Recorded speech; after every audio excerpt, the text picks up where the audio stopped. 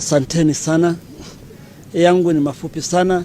Ningependa kutoa rambirambi yangu na constituency yangu ya Narok South. Ni vile mumeambiwa na Mheshimiwa Governor.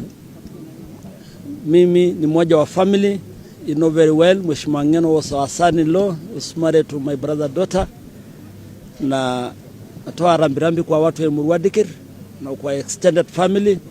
Na pia nataka kusema asante sana kwa viongozi wa Eldoret, viongozi wa Mheshimiwa Meli, Mheshimiwa Koti Moja, Governor Sang na wengine wote.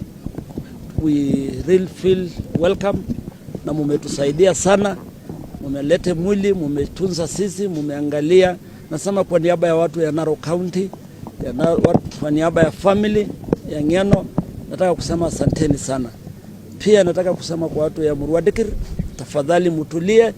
Hii ilikuwa hali ya anga, na sasa nikiongea kama mtu ya familia, ningependa kuomba Mheshimiwa our Deputy President. Now I'm not talking as a member of parliament, I'm talking as a family member.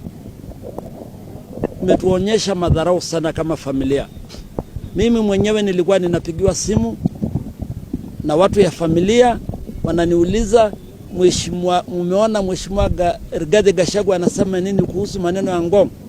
Mimi mwenyewe nikiwa MP, hata bibi yake, hata watoto yake, hata watu ya family, hata watu ya Emurua Dikir au kuwa wamejua Ngeno alikuwa kwa accident. Tafadhali nataka kuomba viongozi, don't be too petty. Maneno ya familia, they are very sensitive.